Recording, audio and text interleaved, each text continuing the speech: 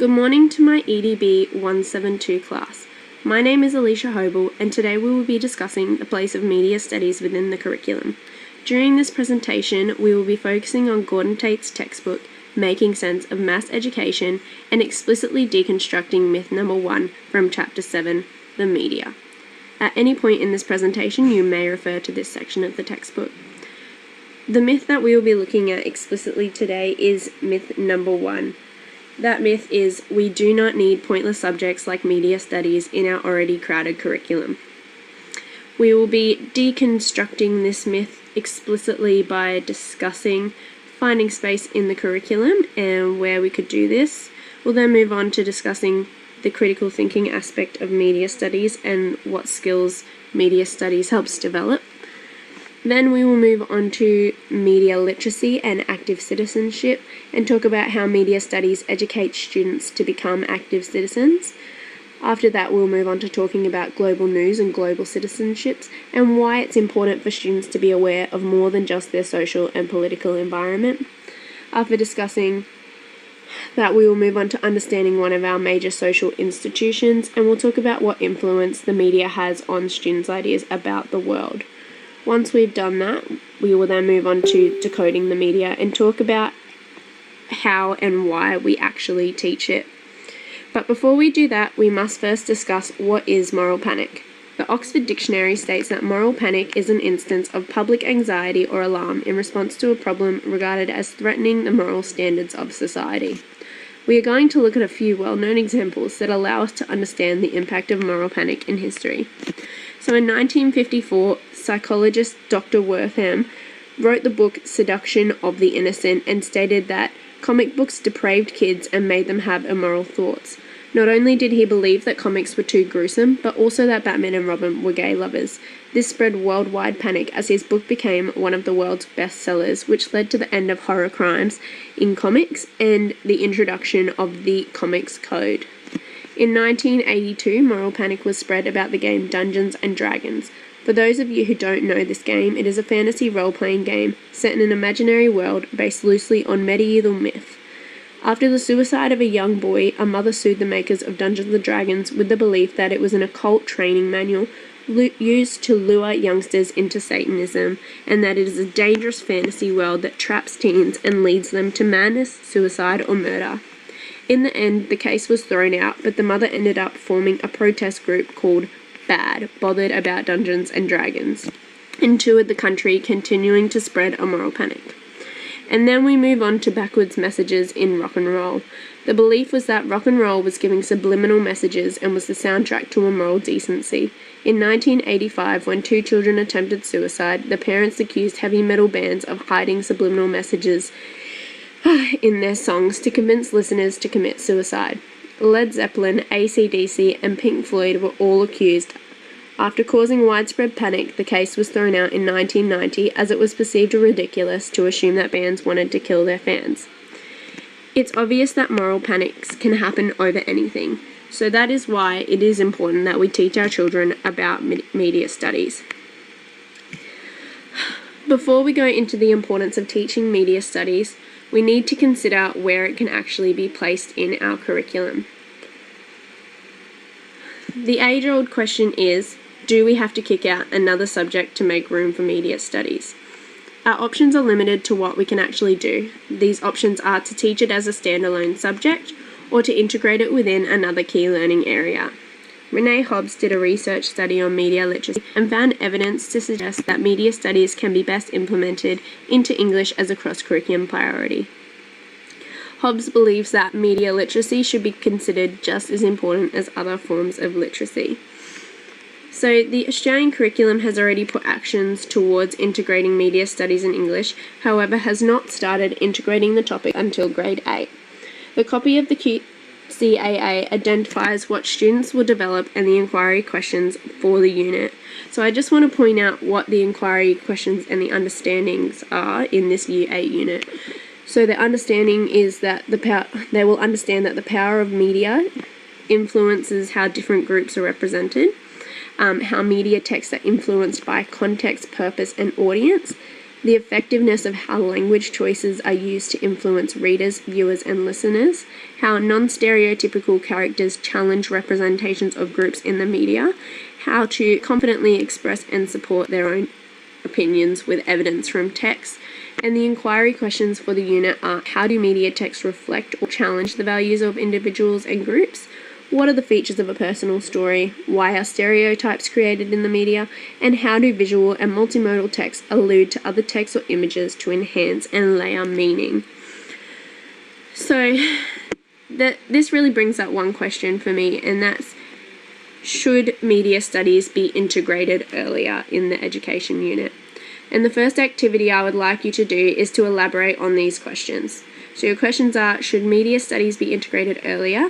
At what age do children have the ability to think critically? And what understandings and inquiry questions could be developed in Year 6? So I would like you to make a list of the inquiry questions and understandings that students in Year 6 would be learning, and I would like you to upload those onto the Blackboard site in the discussion thread. So we will now look at critical thinking in the media studies.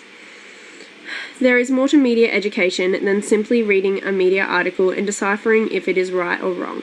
Media education is of value because of the conceptual skills required to better understand that media brings benefits beyond the boundaries of the discipline itself.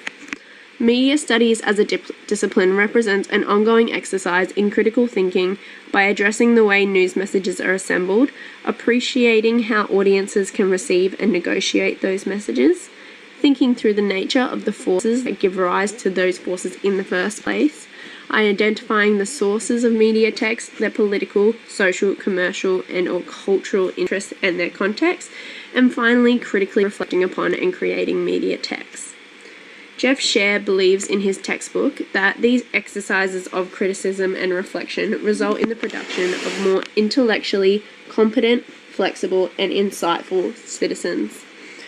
So looking at the steps, if understanding how messages are assembled, the audience they are written for, and the nature of the information being used, I further researched this to think about how the media studies help our thinking critically.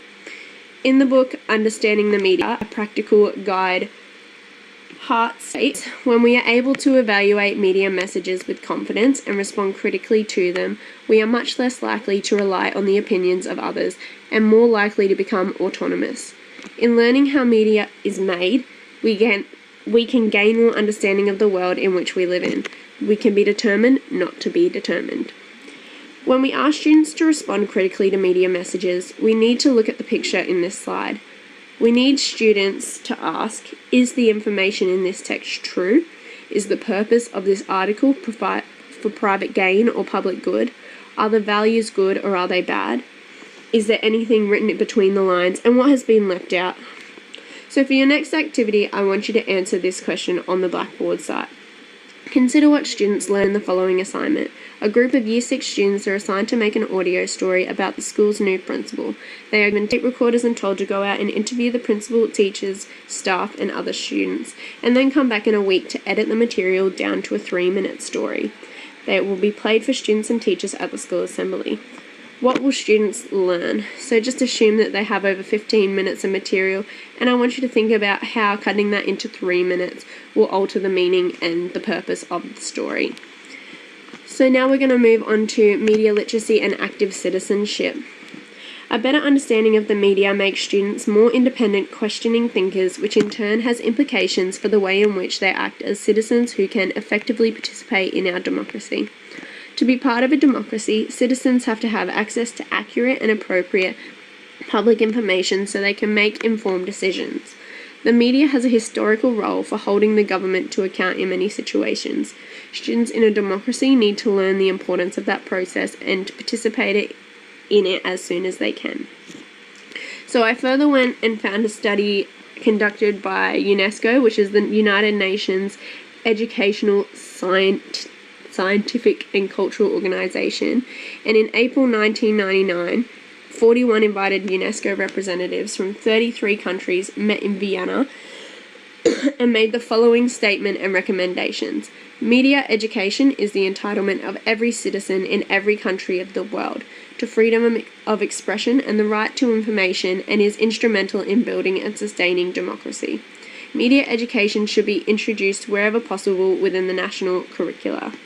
It is quite sad to think that in the 17 years since this statement was made, the topic is still up for debate. Every child should be taught how to critically evaluate through messages in media education, and every child should feel confident to express their opinion, and the way to build confidence in students is to teach them how they can do that.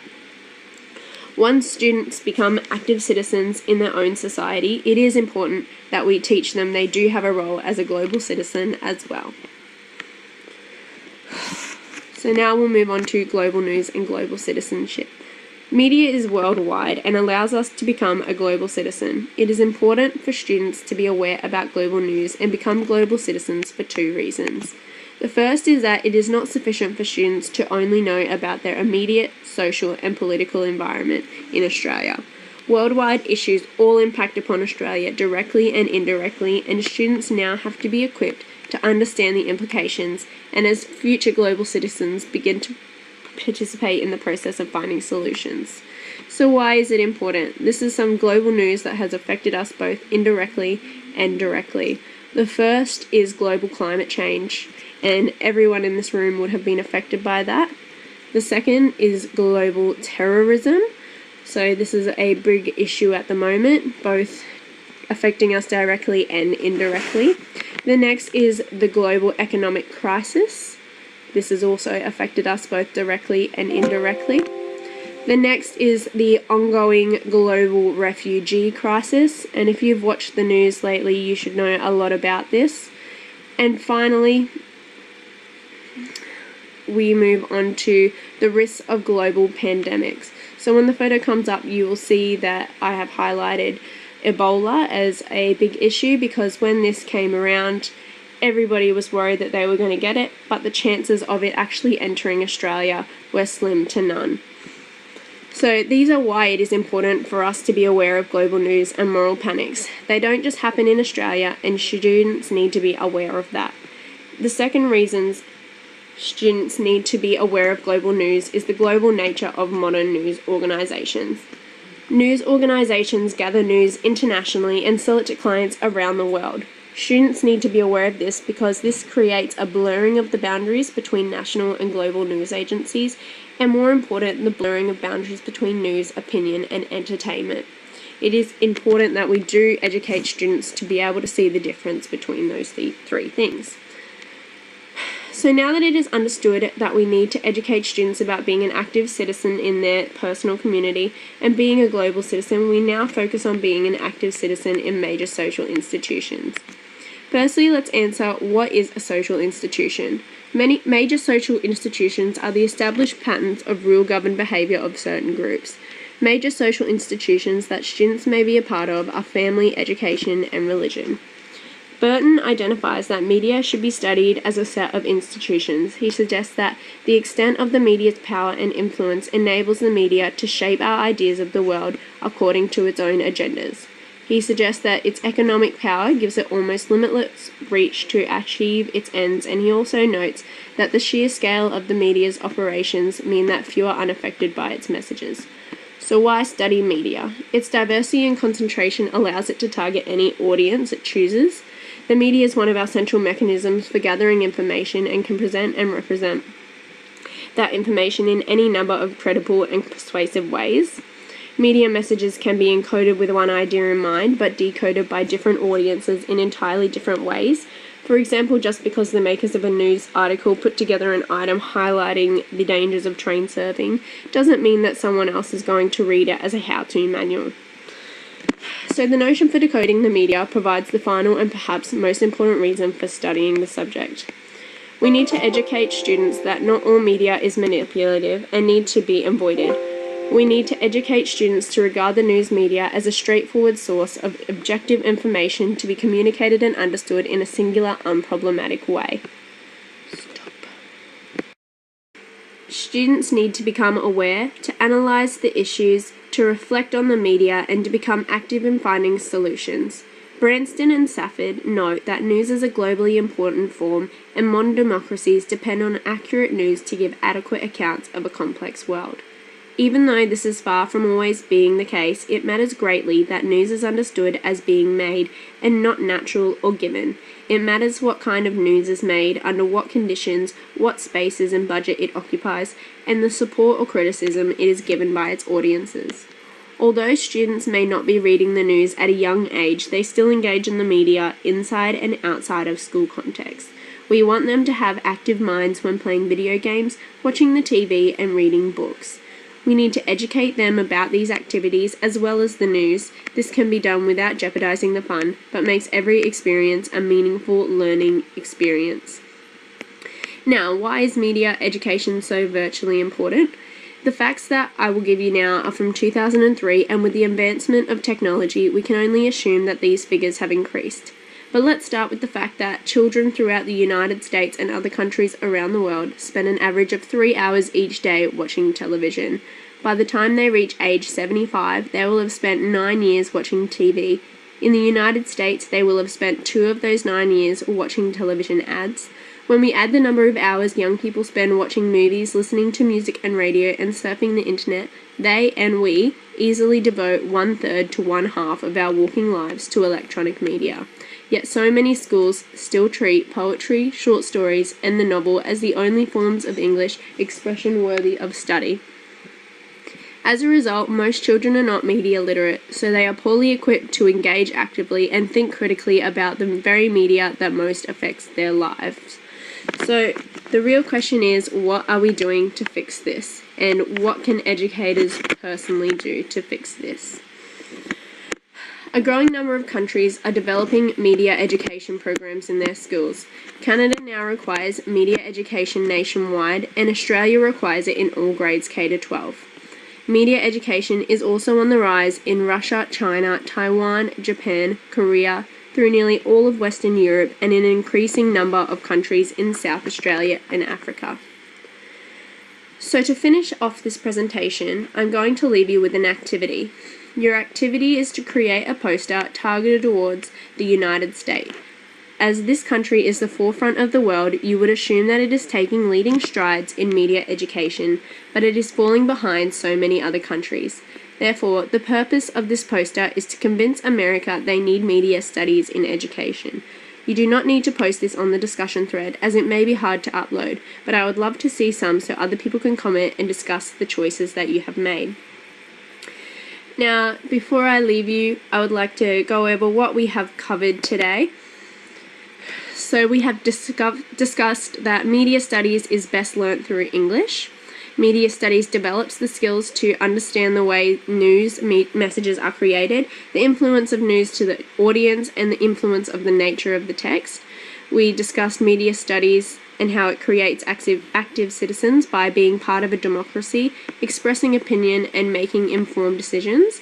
We have discussed why it is important to be global citizens, because Australia is affected directly and indirectly with global news.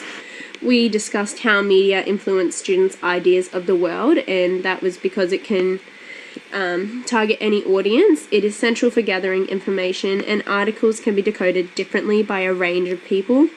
We finally then went through why do we teach it, and found that students need to become aware, to analyze the issues, to reflect on the media, and to become active in finding solutions.